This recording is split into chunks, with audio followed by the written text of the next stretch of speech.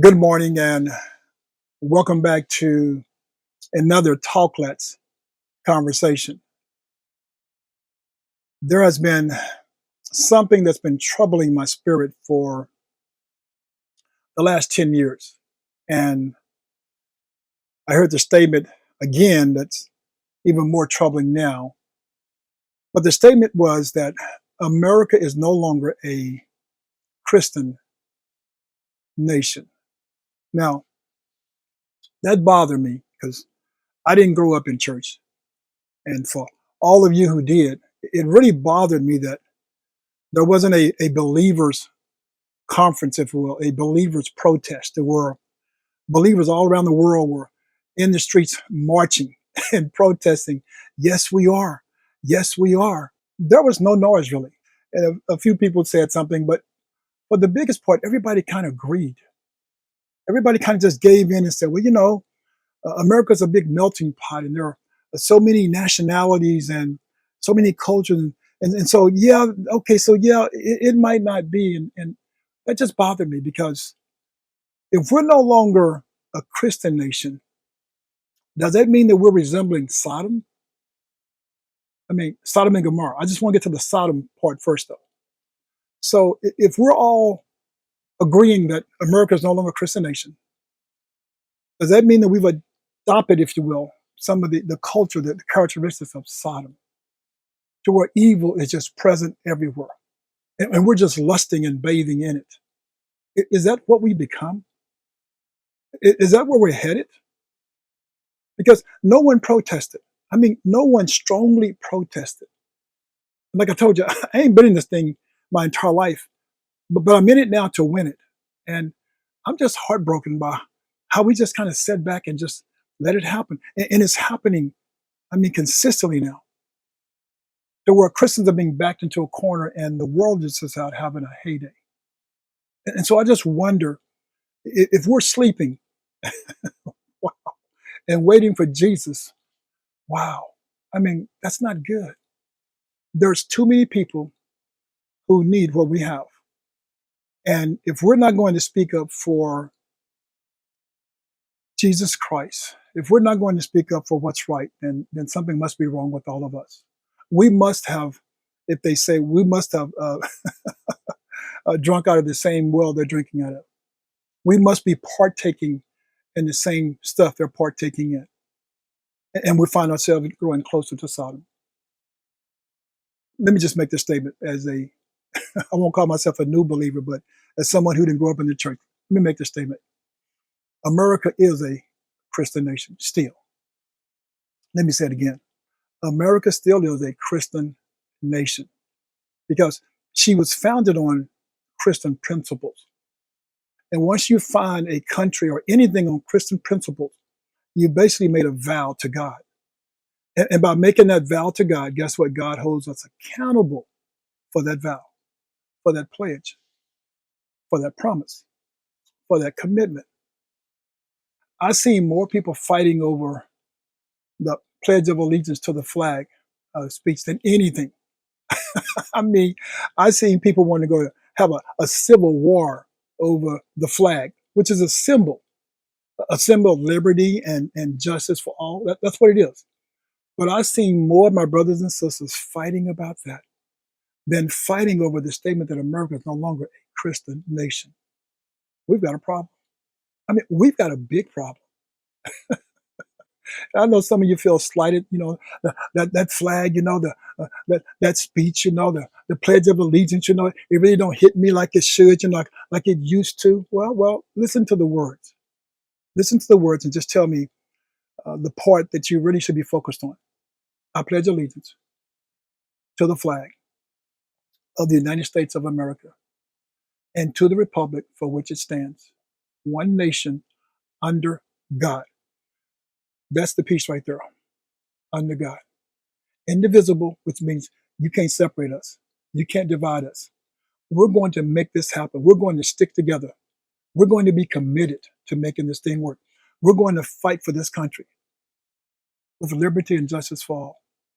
Now, if they've asked me to write this speech, to write this, if you will, this pledge, I told them that it should say, I pledge allegiance to God. That's what it should have said.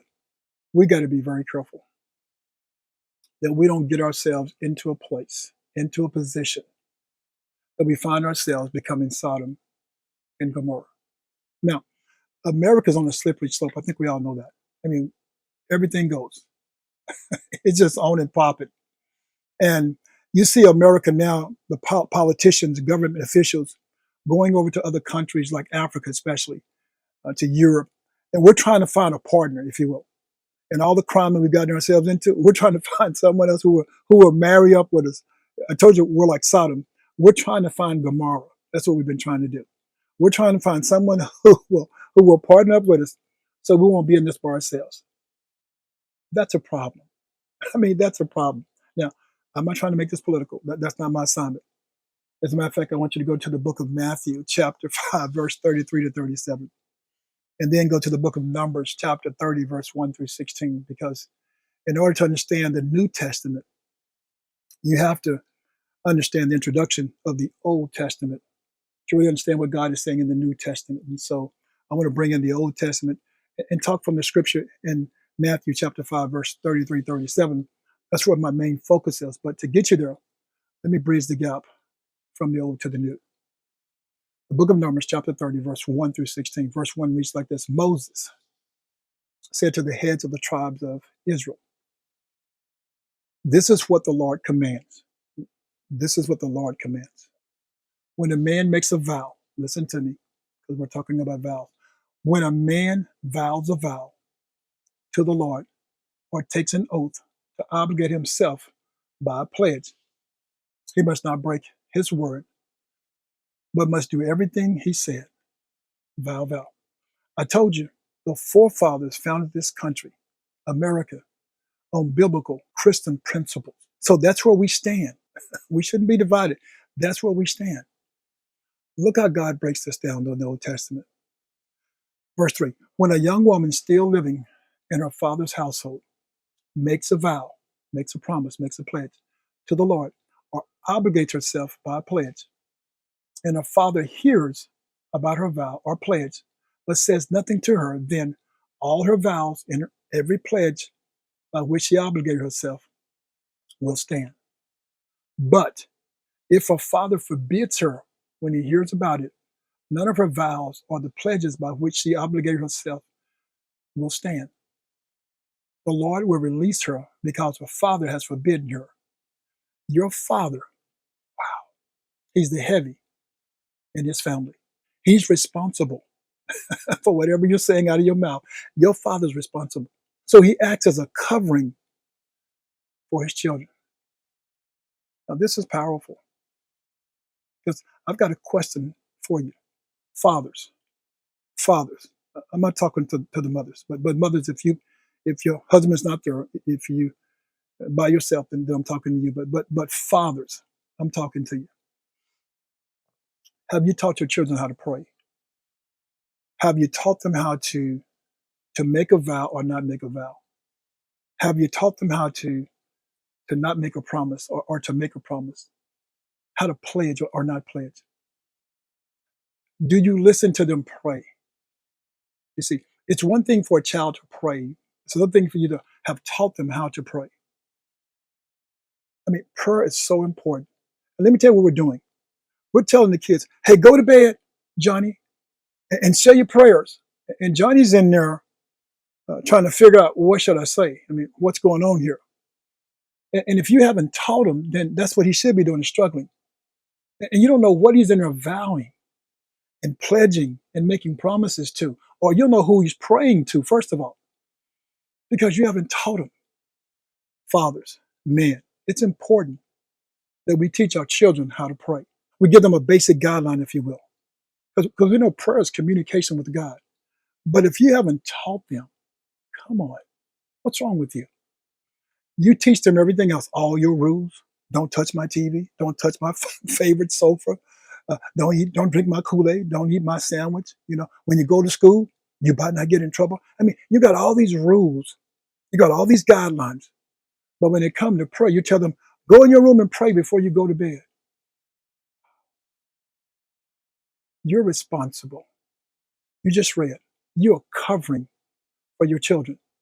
Teach your children how to pray. Quit making excuses. Verse 6, if she marries after she makes a vow or after her lips utter a rash promise by which she obligates herself, this is now your daughter. She's married, and this is her husband now taking over. Verse 7, and her husband hears about it, but says nothing to her, then her vow or the pledges by which she obligated herself will stand. But if her husband, here we go, forbids her when he hears about it, he nullifies the vow that obligates her or the rash promise by which she obligates herself, and the Lord will release her because your husband acts as a covering now. Your father was a covering, now your husband's a covering. Husband, man, here we go again, man. This is on us. This is on us, man. Do you ever pray with your wife? Do you ever listen to your wife praying? Do you hear what she's saying? You see, sometimes our wives can be irrational, emotional. Sometimes they could be talking to be talking because someone's hurt them or something's happened. And so they're praying and they're making vows and pledges and promises. And if you're not listening, if you're not praying with her, the Bible says one can put 1,000, two can put 10,000. Why aren't you praying with your wife? Y'all should be praying together. You got all that power up in the house and y'all praying on two sides of the bed like y'all got two different gods. It's time out for that. And if your children can see that, look at the dynamics of what you're setting up for them, how to pray with their spouses when they get married. You see, we just take so much for granted. But your wife is over there making all type of vows. Now watch this. If she make this vow, you sure gonna jump in. Lord, I'm just praying that I want to be pure and whole, and so I'm going to abstain from my husband from having sex for 2 years. Oh, you're gonna jump in there. You're gonna disallow that prayer. I guarantee you. Oh, you're gonna stop that. You're gonna make sure she's not obligated to that prayer because see, it benefits you or not. You're gonna stop that one. You're gonna shut that down. So why aren't you listening to her? And why aren't you praying with her? Iron sharpens iron. Why aren't y'all in there praying and really digging deep on what you guys need from God? Communicating with God. You see, we talk about America not being a Christian nation. And it starts in the bedroom. It starts in the home with the children, with the wife and husband. And if you guys are not coming together and you're not letting your husband cover you like that, because you need him in that room when you're praying. He needs to be listening to what you're saying. But you two should have some structure. You should have some rules on what you're praying about and what you're not praying about, what you're not praying against. Verse 16. These are the regulations the Lord gave Moses concerning relationships between a man and his wife, and between a father and his young daughter still living at home. We are too loose with making vows. We're too loose with making promise. I swear on my mama's grave, it wasn't me. What? No. We're too loose. But God's not loose. Husband, men, we're accountable or we're responsible. Go with me now to the book of Matthew, chapter 5, verse 33 to 37. Let me kind of tie this back in. Again, you have heard that it was said to those of old, you shall not swear falsely, but shall perform to the Lord what you have sworn. But I say to you, do not take an oath at all. Don't be swearing. Don't be making these oaths, either by heaven, for it is the throne of God. You can't be swearing by heaven. You can't be making no oath. That ain't yours. It's God. Or by the earth. You can't do that. For it is his footstool. It's like God owns all the heaven and earth. Why are you going to swear by something like that? Why are you going to make an oath based on that? You can't. Or by Jerusalem. For it is, what's this? The city of the great king. God of God, Lord of Lord, King of kings. And do not take an oath by your head. No, no, no, no. For you cannot make one hair white or black. God said, you can't even swear on yourself. You can't even swear by yourself. Let what you say be simply yes or no. Anything more than this comes of evil. My father used to always tell me yes or no. It wasn't no maybe so. It was just straight focus, direct, yes or no. God is saying, if you're going to pray, if you're going to say something, if you're going to swear by something, God is saying, it'd be best if you didn't. Because if you do, I'm going to hold you accountable. The best thing for you and I just is simply say yes or no. Quit trying to look all high and mighty in front of somebody. I swear on my mama's grave. I swear I didn't do that. Daddy, I tell you, I promise I didn't do that. Just lying. Just lying through your teeth. God is saying, don't do that. Some of you have been to court, and when you go to court, they put your right hand on the Bible and say, hey, do you swear to tell the truth, the whole truth, and nothing but the truth? And some of you will say, yes, I do, knowing you're fixing a lie and commit perjury. And that's what we do. And the Lord is saying, don't swear. Don't make an oath. So don't do it by heaven or earth because you don't own it. And you don't even own the hair on your head. You can't even swear by yourself. Let your communication be simple. See, this is how you teach your children how to pray. Let it be simple. This is how you and your wife pray. Let it be simple. We hear people pray with all these big words, and pray real nice. Don't get me wrong. It sounds so good. And God is saying, I don't need that from you. I need you to just talk to me. Just talk to me. Just be with me. Let's just have a conversation. You don't all have all that in your vocabulary. We make vows that we break. That's what I'm trying to get to. And God is teaching us, don't make a vow that you have to break. Just don't make it. The forefathers made a vow that this is the Christian nation. Therefore, this is a Christian nation. We have these wedding vows that we have what I call a new narrative now for marriage. We know that God created the institution of marriage, but you wouldn't think so. Because when you listen to the wedding vows now, listen to what I call the original wedding vows and look at how we've edited them to suit our needs. I, Donnie, take thee, Gracie, to be my wedded wife, to have and to hold from this day forward, for better, for worse, for richer, for poor, in sickness and in health, to love and to cherish. Period. That's it. That's the wedding vows now. That's it. Period. There's some more, right? No. Period. That's it. That's all they're doing. They're stopping it right there.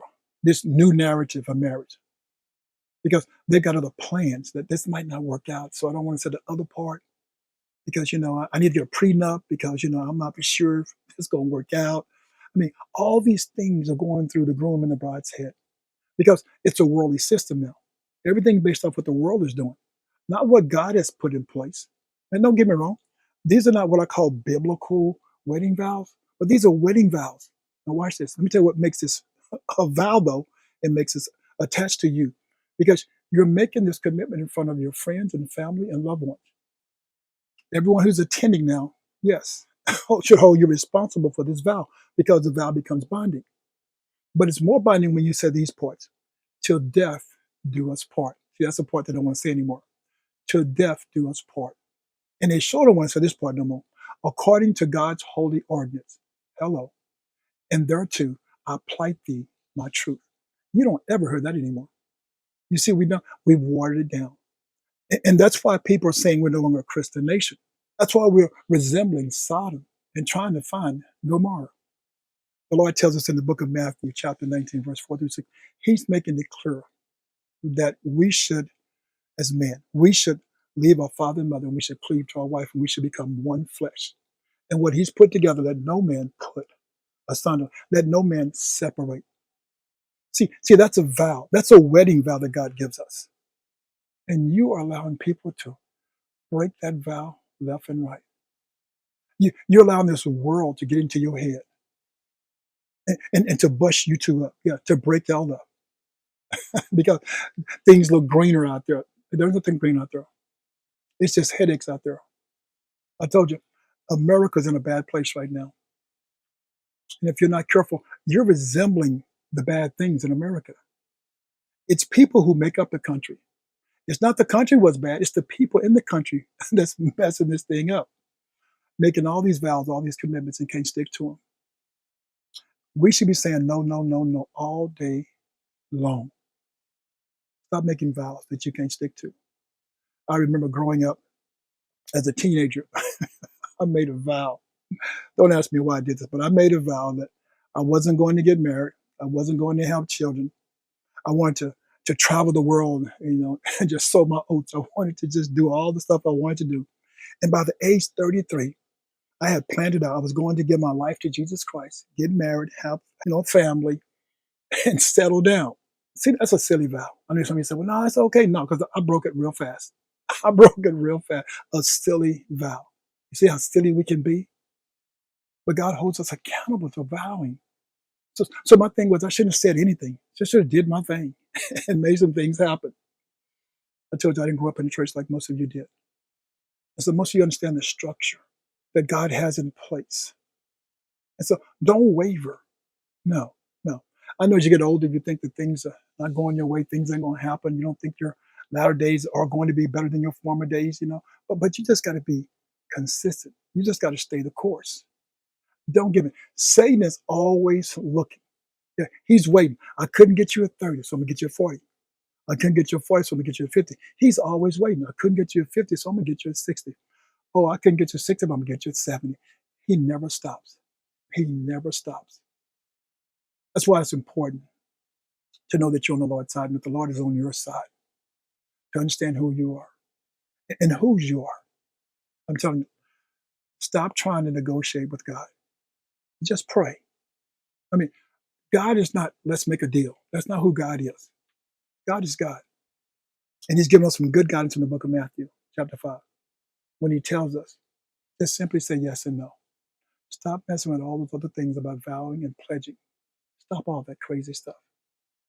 Let's make America what it should be. America, a Christian nation under God. And see, if you want to make a vow, the best vow you can ever make is confessing, yes, with your mouth, that Jesus Christ is Lord. Repent from all your sins. Believe in your heart that God has raised him from the dead. And guess what? You too shall be saved. It's not so much about what America is as far as a Christian nation. It's really more important about what you are as a Christian in this nation. You be blessed and have a great day.